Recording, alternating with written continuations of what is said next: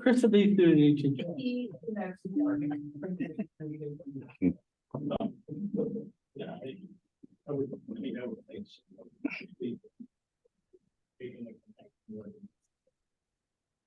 It's recording.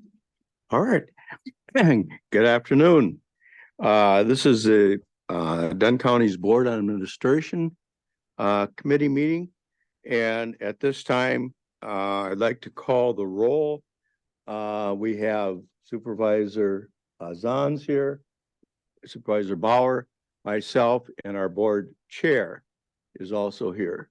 Along with that, we're going to hear an audit report for 2022 year of county business, and that report will be presented to us by Kerber Rose. So at this point, I'm going to allow our county manager to introduce the representative from Kerber Rose. All right. So as you are aware, this year we've had a new audit firm relationship established with Kerber Rose. And this is David Minch, who has been the lead for our project, working with his colleague Greg Patel. But did I get that right, David? You did. All right. And he is going to walk you through the preliminary report. All right. Well, thank you, Kristen. As Kristen mentioned, my name is David Minch. I'm one of the two government audit shareholders here at Kerber Rose. I got about 13 years experience auditing municipalities across Wisconsin and both Minnesota. I actually used to live not too far from Menominee, kind of close to Baldwin. I started my career in the Twin Cities and subsequently moved back to the Oshkosh area. But we work with 6 different counties in the state of Wisconsin, and we're, very, very happy to establish this relationship with Dunn County. This audit report, is being presented a little bit later than you likely would have seen. And if you can see my screen, I do have draft noted on this. We just do not have the audit completely finalized yet. All of the numbers and everything have been audited. So there won't be any changes to any of the financial information, but we just have to, get a couple I's dotted and T's crossed here to get the actual audit issued, but that will be done within the next couple days. So today I'm going to go over largely just the financial statements for the year ended December 31st, 2022. And with that, we're going to start on page 1, which is the independent auditor's report. Essentially, this is why the county has an audit done, and that is to receive an opinion on your financial statements. About halfway down, you can see I have it highlighted. I'm sorry, it's one row up. I highlighted the wrong thing, but it says, in our opinion, the financial statements referred to above present fairly in all material respects the respective financial position of the governmental activities, the business type activities, each major fund, and the aggregate remaining fund information as of December 31st, 2022. So you might be asking, Dave, what on earth does this mean? This is an unmodified or clean opinion. Basically, this is the highest level of assurance that we can provide on a set of financial statements. And it really just states that everything in the county's financial statements are materially correct. As auditors, we don't audit to the penny. We have certain thresholds that we need to make sure that things are presented in accordance with. So everything in here is materially correct from our opinion. Next, we're going to look at the governmental funds balance sheet. So on page 7 here, we have all of the major governmental funds presented for Dunn County. As most of you are probably well aware, the general fund, which is the main operating fund of the county, has most of the activity in it from the governmental fund standpoint. A couple things that I just wanted to point out to you here is that at December 31st, overall fund balance was about $19.2 million this year. And if we look 2 pages down, that was an increase of about almost $2.2 million this year. So the general fund had a very strong operating year when we look at that change in fund balance. There's 5 different components to fund balance, one being non-spendable, and that includes certain things such as the advance to other funds, inventory, prepaid items. It is important to note this year, and we'll cover it in a little bit more detail when we look at the Neighbors of Dunn County Fund. But from a cash perspective, the general fund had to borrow essentially the Neighbors of Dunn County about just over $2 million this year to make that fund whole from a GAAP basis financial statement reporting section. So that is recorded as an advance to other funds in the general fund. But another important thing that I always look at is the municipalities' unassigned fund balance. So at December 31st, the unassigned fund balance was about $14.1 million. This is really the operating reserves for the county to cash flow itself throughout, the vast majority of the year. And one thing we always like to do is kind of benchmark that unassigned fund balance in a comparison to, what were our general fund expenditures in the current year? In the current year, the general fund had about $25 million in expenditures. So that is approximately 56% of general fund expenditures. That is a very, very strong unassigned fund balance. When we look at other municipalities and counties of your size. So again, just very positive operating results within the general fund. The rest of the funds, didn't have too much activity or anything that I really wanted to point out, from a balance sheet standpoint. We'll look at the statement of revenues, expenses, and changes in fund balance, and I'll blow this up. It's a little small. I apologize. I mentioned the general fund had an increase of about $2.2 million. Now, the total overall governmental fund balance decreased by about 11.5 million. And that may seem like a very significant decrease, but overall, that decrease was a planned decrease. You might remember, I believe it was in 2021, the county took part in an advance crossover refunding of some debt. So debt was issued and those funds were held in the debt service fund until the call date, which crossed fiscal year end. So that's why it's called a crossover refunding. So that call date happened in 2022. So those proceeds, which were held in cash and investments, were subsequently paid to pay off that debt, which, that is really why we're seeing a big $13.5 million decrease in the debt service fund. So just wanted to call some attention to that. It looks like a significant decrease, but, just keep in mind that this was a planned decrease, so the county could take advantage of, some different debt with likely a lower interest rate going forward. Does anyone have any questions on any of the governmental funds? Dave, would you just speak for a minute to the Human Services Fund? Because that's always an area of interest in terms of whether they finished out the year in a positive or a negative position. Are you talking Human Service Fund or the nursing home? No, Human Services. Okay. Yeah. So overall, the Human Services Fund did have, a very good year. Every year, it's the policy to zero out the fund balance in the Human Service Fund, and that's done by a transfer back to the general fund.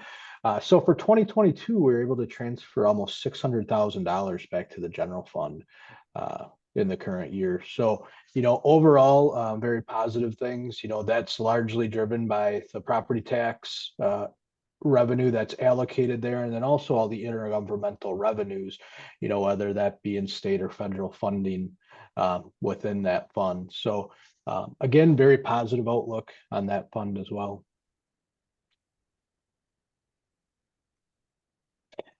Anything else you'd like me to highlight on, Kristen? Nope, I think that's good. Okay. All right, next we'll look at page 9, and this is the here we go. Page 11, sorry.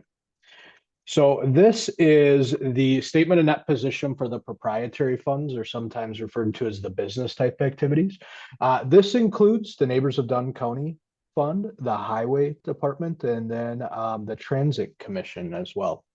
So I already kind of talked about the fact that the general fund had to advance the nursing home about $2 million this year. And you can see it on my screen. It's halfway down as a non-current liability. It was actually $2,089,000 roughly. And if you look at this, the reason that needed to happen is because the county utilizes a pooled cash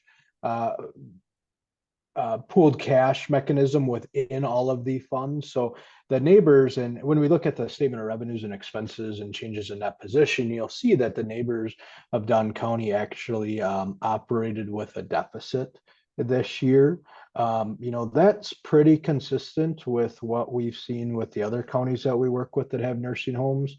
It's nursing homes are always tough to control cost, and the cost, whether it be internal payroll or else contracted services, we're seeing a pretty substantial increase in that. And obviously you're kind of at the mercy of what rates that you can charge for those services. So it just becomes a balancing act a little bit, and it's not too uncommon to see either a transfer in or an advance from the general fund to really subsidize the operations of the nursing home. So one thing we did talk to Kristen about as part of our exit conference is seeing if, leaving that on the balance sheet as an advance makes sense, or if possibly in 2023, we should just consider that a transfer from the general fund to really make that fund whole. Because the likelihood of the nursing home generating that type of cash or having that substantial of a surplus over and top their normal operating costs, it's not, I can't say it's not possible, but it would just take a long time to recover that. So that's just something that the county can evaluate. And we'd be happy to have any discussions with you guys, as you go through evaluating that, and just provide any insight that we can, as far as what other nursing homes are doing. Even with that, the nursing home ended the year with about a $13.8 million net position. Now, keep in mind that a lot of this is made up of the capital asset balance within the nursing home. Highway department, this had a very good operating year again, and we'll cover the change in net position on the next page. But net position ended at about $6.2 million this year, and transit ended with about $1.7 million this year. Looking, all over the place here. Okay. So this is a statement of revenues, expenses, and changes in net position, or in other words, your income statement for your proprietary funds. Here you can see a little bit more context behind the nursing home. If you look about halfway down, the operating loss for the nursing home was about $3 million this year. Now that was essentially subsidized a little bit by some grant funding and contributions, and also some very other, rather small miscellaneous income, which brought us down to a net loss or change in net position of about $1.7 million this year. So again, nothing, at this point to be overly concerned with. The general fund was able to advance those funds to it. But it's just a couple things to consider as, you're evaluating kind of from a cash flow perspective and really, making certain management decisions within the nursing home.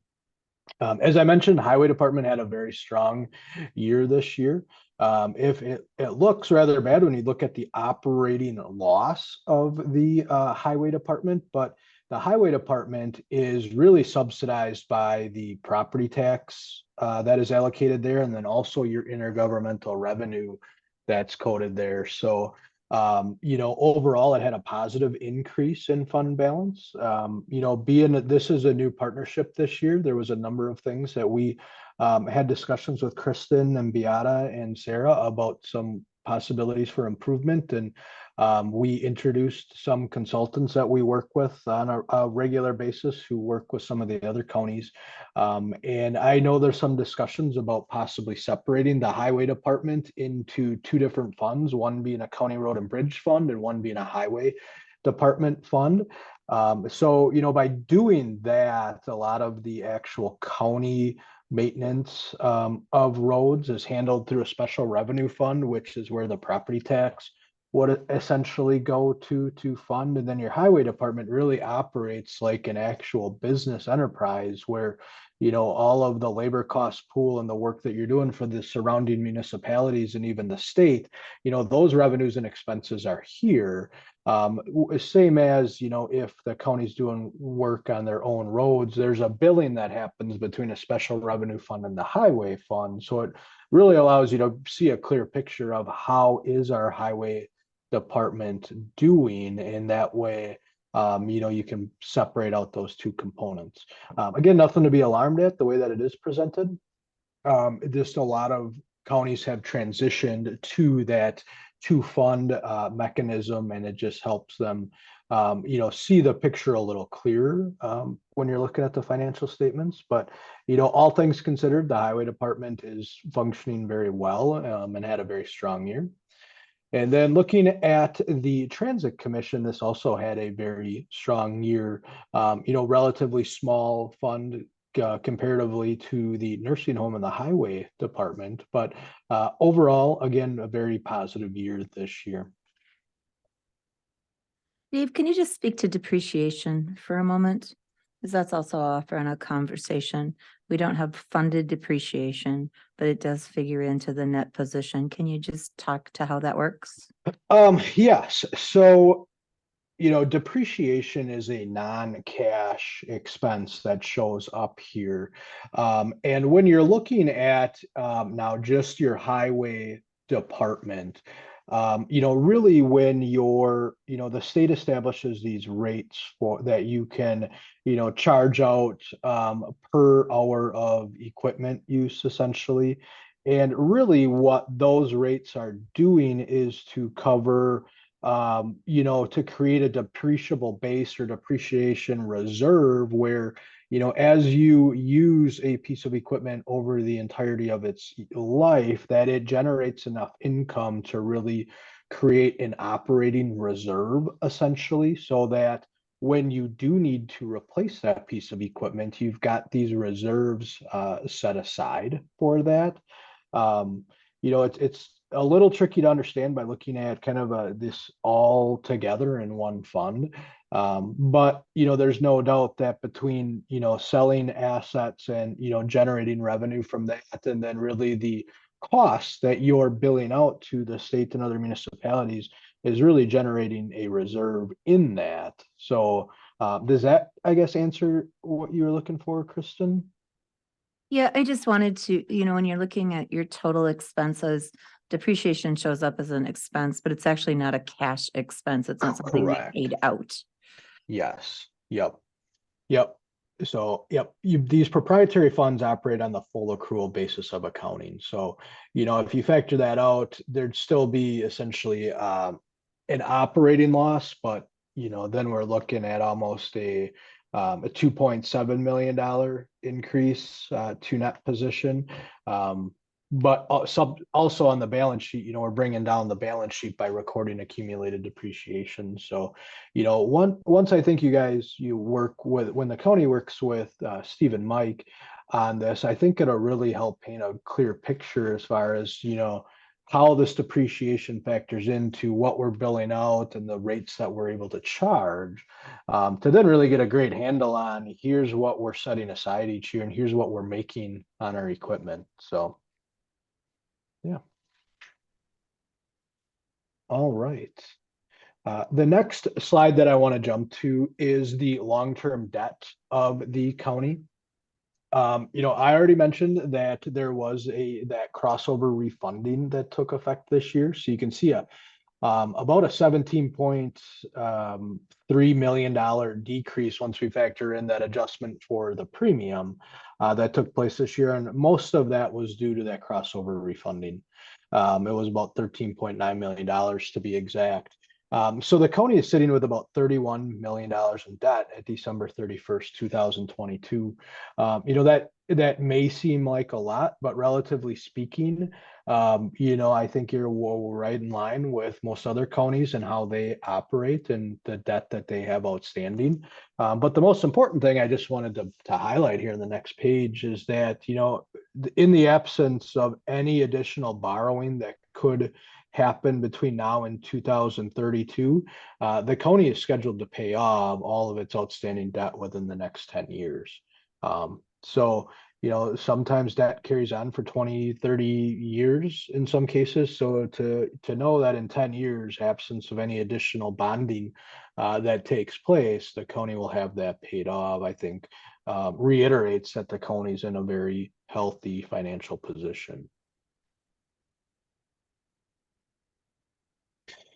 All right. The last statement that I wanted to talk about is just the internal service funds.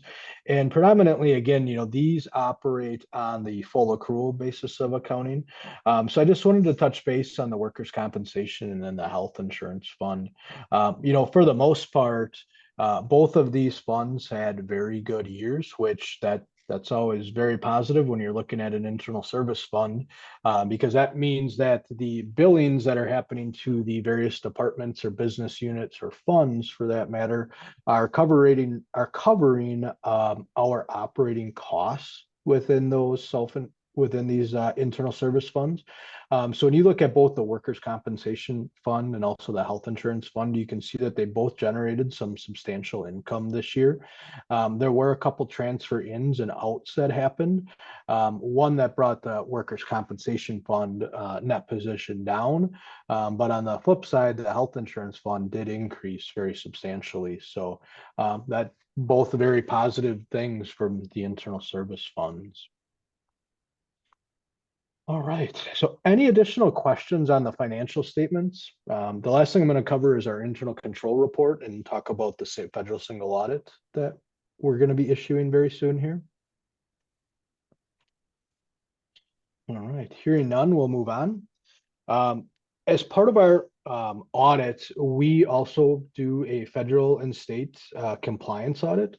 Since the county expends over $750,000 in federal expenditures in the given year, you're required to have a federal single audit. And then in Wisconsin, we're lucky enough that if you have a federal single audit, you're required to have a state single audit too. And what those are just compliance audits of various grants that we're required to test based on a risk assessment matrix that both the state and federal government put out to us. So we've almost got the single audit issued. I don't have it as part of my report here, but with that, we do issue an independent auditor's report on compliance over federal and state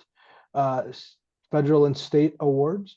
And we did not have any compliance findings to note this year. And we did test 3 major programs on the federal side, and I believe it was 4 on the state side. So a lot of transaction testing to make sure that we're in compliance with things. So very positive aspect on that the county is adhering to all of their federal and state grants.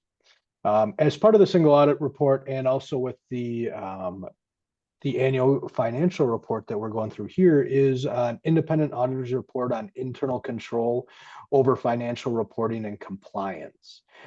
So as auditors, we're not required to audit the county's internal control, but we're required to take them into account while we're planning and performing the audit. And with that, anytime we identify a weakness or an item of concern, we need to evaluate it to see if it meets the definition of a material weakness, a significant deficiency, or an other matter. This year, we did have 5 material weaknesses that we wanted to discuss with you. 3 of them are repetitive from previous years, and 2 are new, which I just want to provide some context that additional findings are oftentimes very common anytime there's a change in auditor, just because you have a different perspective of people looking at how things are done. And, it gives you the availability to provide some recommendations. So we did discuss all of these as part of our exit conference, and the correspondence we received back was very positive. So I just want to go through those and provide some context on them. The first finding that we have is material account adjustments. Taking on the county as a new client this year, we realized that there was a couple things that just maybe haven't been reconciled completely. Some of this relates to the software conversion that happened like 2017, I believe it was. So we had a discussion very early on that let's just clean this up. Let's start fresh. So we worked with Sarah and Beata on a lot of things to clean things up. And subsequently, because of that, we just had some material adjustments that we posted. So we're committed to working with both Beata and Sarah on understanding these journal entries, understanding certain things to make sure that, hopefully going forward, we can eliminate this finding. I always like to remind everybody that the ARC wasn't built in a day. So there's a chance that this finding may continue on for a couple of years, but the most important thing is that we strive to correct more and more journal entries every year going forward. And that's one thing, about Kerber Rose. Both Greg and I are committed to establishing that relationship with our clients and working through, to help everybody understand maybe what needs to be done and when it needs to be done. The next finding is financial reporting. GAAP standards changed about 10 years ago, and the financial statements, keep in mind, are your responsibility. But when about 10 years ago, they simply said that since they're your responsibility, you're responsible for preparing the financial statements. This is a finding that I would say 90 to 95% of the organizations, whether it be a county, city, village, town, or even school district in the state of Wisconsin receives, simply because of the cost benefit behind having enough team members that have time to compile this financial statement document in accordance with GAAP. And then two, what is the cost behind hiring additional people to do this? So this is just a reminder, essentially, that you contracted with your auditor to assist in the preparation of the financial statements. But ultimately, the financial statements are your responsibility. So, I mentioned that we're very close to issuing this. Part of that is, just going over the drafts with Beata and Sarah and Kristen to make sure that you guys have a very clear and concise understanding of everything that's presented in there and that you agree with everything that's presented. And we'll get that wrapped up very shortly here. The next finding is the preparation of the schedules of federal and state awards. This again is another very common finding for large entities. The single audit report that will be issued soon, we present a schedule of expenditures of federal and state awards. And in Wisconsin, just because of all of the funding that passes through the Department of Health and Human Services through DHS, it's very convoluted and the funding splits change every year. So a lot of the counties in Wisconsin contract with their auditors to assist in the preparation of that. And again, this finding is really just a reminder that, we're assisting with the preparation, but ultimately, as the county and as management of the county, you're responsible for that fair presentation of that. The next finding is related to segregation of duties. It became very clear to us early on that there are a few select individuals within the county who bear a lot of responsibility within the county.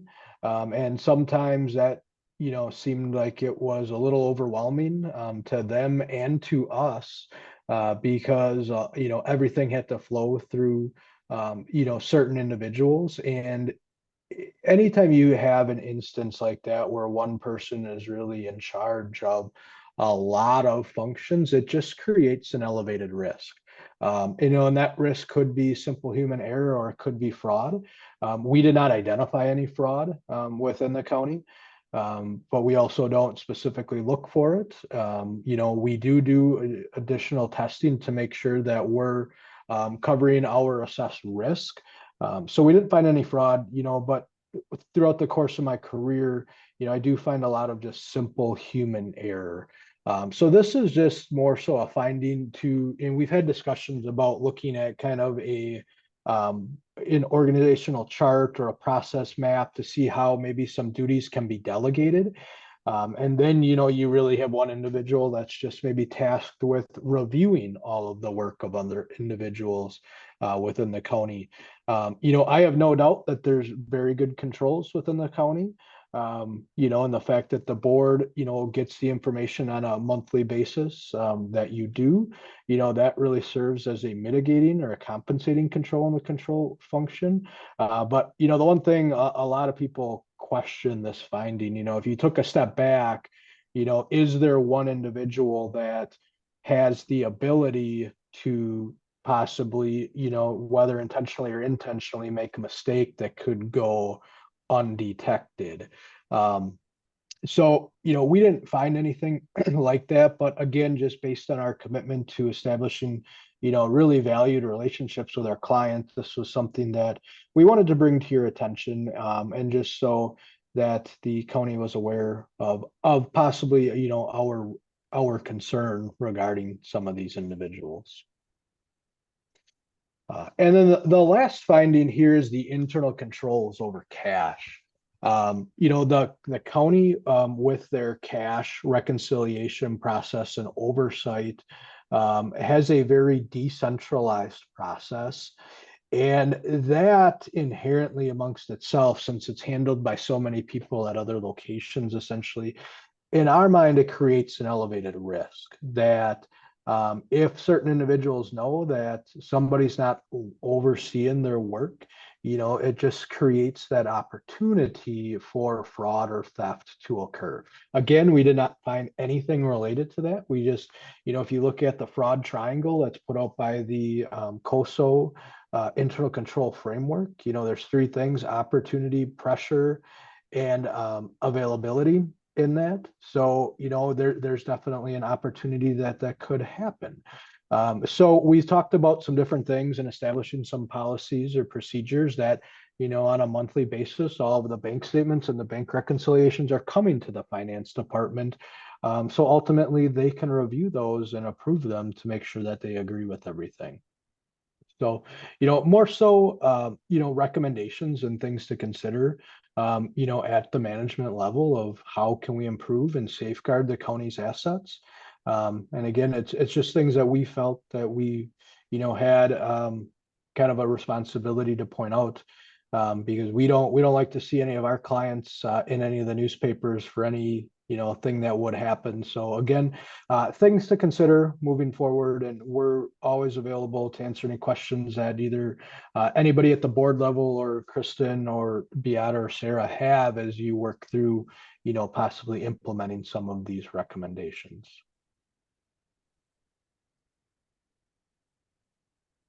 So with that, does anybody have any additional questions? If I could, Mr. Chair, is that to speak up? Please go ahead. On your opening statement, you said this is a draft, and I see it says draft on top. And Yep. you said there would be absolutely no changes to it, but if you got eyes looking at this, there is possibly could be changes, right? You said it's got to go through the other set of eyes, and everybody's got to look at it, and something could go. Sure. So I mean, the only changes that could happen would really be anything that is formatting related or typo related. I mean, we have to substantiate all of the balances within this report, and we do that by obtaining documentation from the county. So, we're confident on our end that we've done our due diligence and audited all of the numbers within this financial statement itself. I'm just looking at it as, okay, now we got a draft. Mhm. Shouldn't this all be done before it is brought to the committee and be finalized, or We it's we not ju- a draft? in theory, yes, we were running a little bit short on time from completing the audit.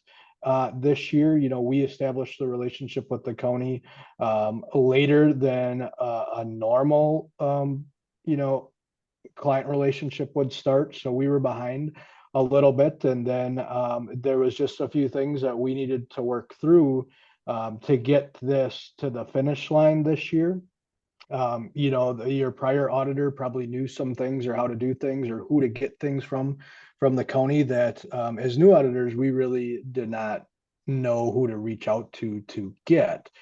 So again, we were working through one individual to get things. So, I wouldn't present a draft at any board meeting where I was not confident that, numbers wouldn't change. All we really have to do is go through this report with Beata and Sarah and Kristen, just so they understand everything. But they had the draft, and at the end of the day, there's really no significant changes from last year. When you look at the format of the report. Thank you. Mhm. Okay, thank you. One question, Wanda, then Chair. Tonight, we're going to present this after this meeting to our board. And of course, I'd like to present it with a recommendation.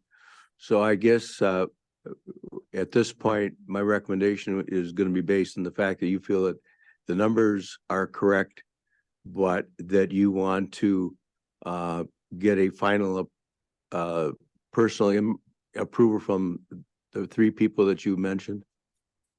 Yeah, so I mean, as part of our due diligence as auditors, we have to go through just obtaining a signed representation letter. And we will do that within this next week here. We just kind of ran short on time to get it fully issued. But as I stated, I do not see any numbers in this financial statement itself changing. Yeah, thank you, David. Yep. Any other questions for Mr. Minch or myself or our county manager? One question, go ahead. David, I was just wondering with your, some of those recommendations that you had here at the end, you brought up certain personnel having too many maybe responsibilities or something like that. I can't recall the exact language that you used. In the detailed report, do you spell out those individuals, or is that like an overall assessment without, identifying, Sure. specific areas or departments or whatever? We do not call out who those individuals are. This essentially is a public document. Sure. We've had discussions with Kristen and Beata regarding, who we thought has a lot on their plate. And there's been some discussion about, what the plan is to move forward to evaluate that. So it's not that it's not okay, it just creates an elevated risk. Sure. And I think there's a lot of reliance on a couple people. And occasionally you're going to have that. But again, I think it's just something that could be evaluated to, whether it's a slight reorganization of duties, and just kind of reevaluate in a process so that, one person isn't approving and then also in charge of, well, now I need to fix something, or I have the availability to make these changes that might go unnoticed. So. Okay. Thank you. Yep. Any other questions? Okay, if not, David, will you be presenting this later at the next meeting? I will, yes. It'll probably be a little bit more summarized than this. I'll still go through the findings, maybe just not as in much detail. But I will call out the fact that yes, this is a draft, but it's really just the finalization of it, where we got to get a couple signatures, so the numbers itself won't change. Okay, appreciate that. Thank you. Yes, thank you. Chris, you have anything else? I just wanted to offer a couple of statements. With regard to the recommendations and the findings at the conclusion, if you'll recall, one of the requests that Beata has from the finance end is to create a change in a couple of positions and move them from direct service to management positions with the goal of redistributing some of the workload so that we can address some of these concerns. Start to address some of these concerns. And then the second thing would be that I wanted you to be able to have at least this, as far as we are, knowing that the numbers wouldn't change, the report before you get much farther into budget preparation, so you knew where our fund balance was at. And so it was kind of a balance. I think next year, we've talked with Dave and Greg a lot, and I think next year will be a lot smoother, but they were really, if you think about picking up someone else's work for many years from Clifton Larson, and then kind of translating all of that, and they really wanted to make sure that all of their T's were dotted and their T's were dotted, and their I's were crossed. How about the other way around? So I think next year will go smoother, but I wanted you to be able to have the information before we got much farther into budget.